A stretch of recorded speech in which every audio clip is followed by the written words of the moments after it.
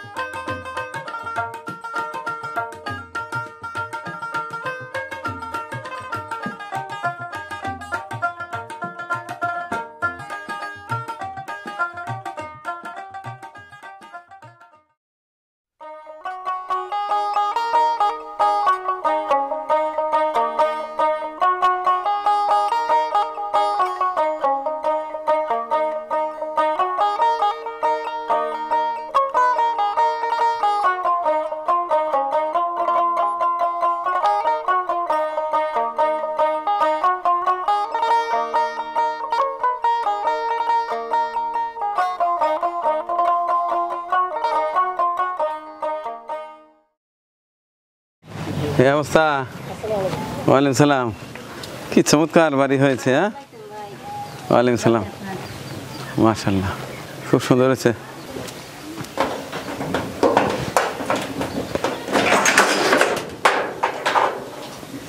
কুয়া দিছে না আচ্ছা কুয়া আমি পাঠা দেবো না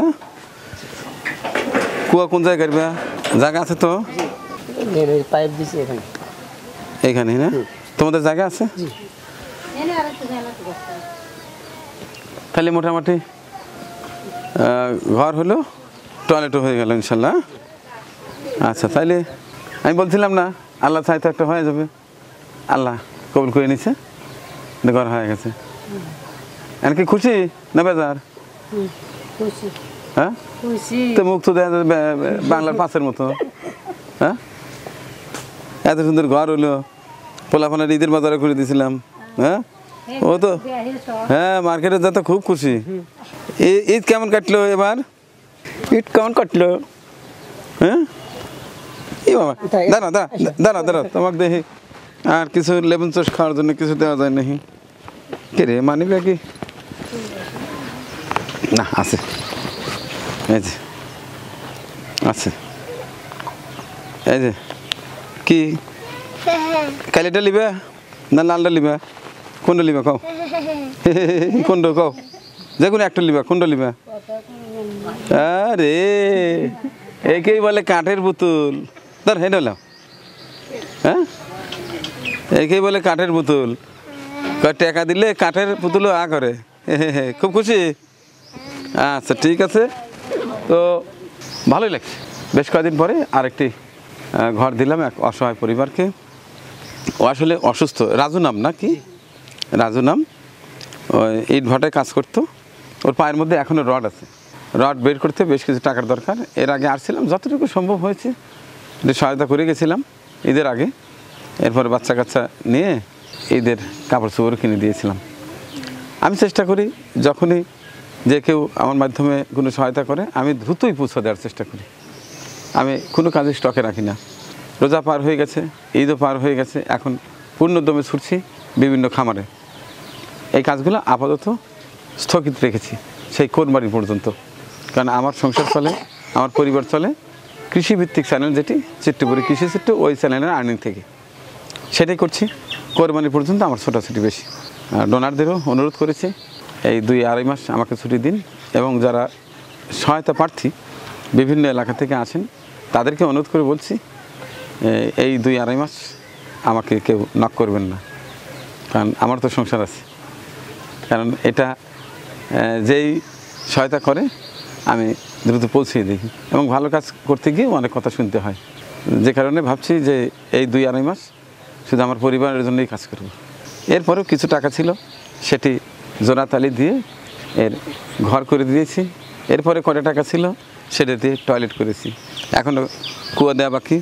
এখন দেখি আমার এই পর্যন্ত কাজে কার কার সহায়তা ছিল, আমি তাদের নামগুলো ঘোষণা করছি। এটা আমার নাজমা আপা ইউএসএ থেকে, তার কিছু টাকা ছিল, সেটি বলছিল যে অন্যান্য টাকার সঙ্গে যুক্ত করে দেখেন কারোর ঘরের ব্যবস্থা করা যায় কিনা, তার টাকাটি বলছিল। এর পাশাপাশি নাইম চৌধুরী ও হিমুল চৌধুরী এবং ফুয়াদ ফারিয়া, এরা সবাই ইউএসএ থাকে।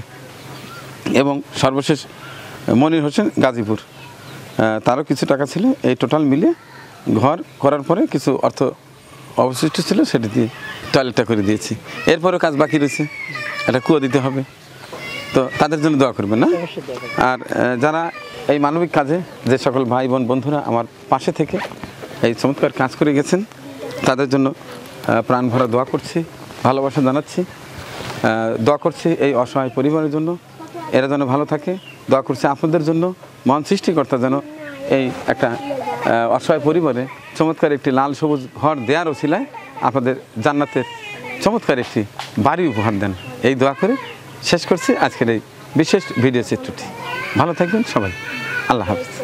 ঠিক আছে, আল্লাহ হাফেজ।